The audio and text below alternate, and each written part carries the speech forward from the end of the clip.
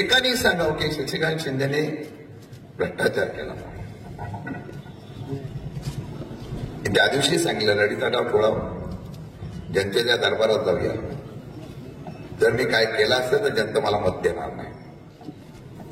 पण नुकत्या आपल्या हातातून निवडणूक गेली म्हणून भ्रष्टाचाराचे आरोप करण्याच्या बाबतीत मला षडयंत्र केलं. हे आता नाही, मी उभा राहणार नव्हतो, त्याच्या अगोदरपासून भाई चाललेला आहे. मला वाटतं सभागृहात आपण दोघंही बोललो होतो या विषयावर. जोरात आम्ही दोघांनी त्या ठिकाणी असलेल्या सरकारच्या विरोधात माझी भूमिका मांडली होती. तेव्हा भाईने मला साथ दिली होती. काय विषय ठीक आहे, लोकसभेच्या निवडणुकीत उमेदवाराच्या वळे नव्हती, आमच्याकडे आलेलं आहे विकृत मनाचं नेतृत्व आहे. मला त्रास होतो असं नाही, समोर बसलेल्या 70% लोकांना त्रास होतोय.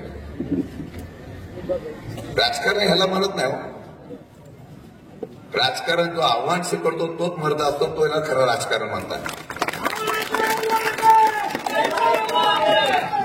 काही करायला 6 महिने आत ठेवा आणि 6 महिने आत ठेवल्यानंतर मग सातारा जिल्हा मोकळा व्हायचा. आम्ही कामगार लढले आहेत. माणसं भिजवायला पण शिकतो आणि माणसं पेटवायला पण आम्ही तयार असतो. आणि त्याला हीच भीती होती येत्या लोकसभेमध्ये आणि उद्याच्या विधानसभेमध्ये ही मंडळी जरी आपण पक्ष फोडले, जरी आपण नेते फोडले, तरी ही मंडळी राहिल्यानंतर 100% आपल्याला अडचण निर्माण करू शकतात म्हणून षडयंत्र केलं जातं. सत्तेचा उपयोग इतका, पोलिसांवर दबाव, प्रशासनावर दबाव, अधिकारावर दबाव, कशावर दबाव, काही करा, यांच्या एफआयआर दाखल करा. तुम्हाला 8%. प्रत्येक जण शशिकांत शिंदे म्हणून त्या ठिकाणी उभे राहतील आणि उद्या त्या ठिकाणी निवडणुकीचे निकाल याच्यापेक्षा दुप्पटीने इतिहास घडून दाखवा. आम्ही घाबरत नाही. घाबरलो असतो तर आपण, आणि माझ्यावर आरोप काय 4,000 कोटी, आणि मी लगेच बीजेपी मध्ये गेलो असतो ना. एवढ्या कोटीचा जर आरोप असतील तर मी बीजेपी मध्ये गेलो नसतो का? निर्मासारखा स्वच्छ झालो असतो.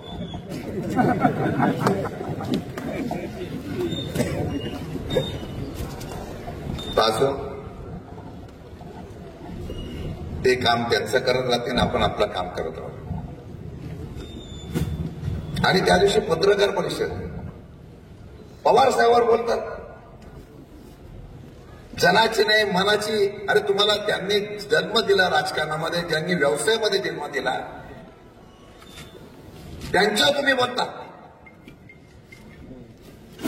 आणि पत्रकार परिषदेमध्ये बाजूला बसलेले कोण? ज्यांनी मेडिकल कॉलेजचं काम 2-3 वेळा बंद पडले, ते बाजूला बसले. कशासाठी बसले होते?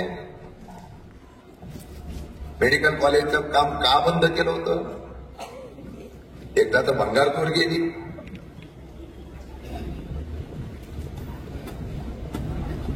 आणि त्यांनी आरोप आम्हाला करावा. बरेच चिट्टे करून आम्ही कधी काढत नाही. आम्ही कधी रडीताना खेळत नाही. आम्ही सरळ गाव खेळतो, तो सरळ खेळतो, आणि तो फक्त आमच्या नेत्यांच्या आशीर्वादावर आणि जनतेच्या आशीर्वाद खेळत असतो.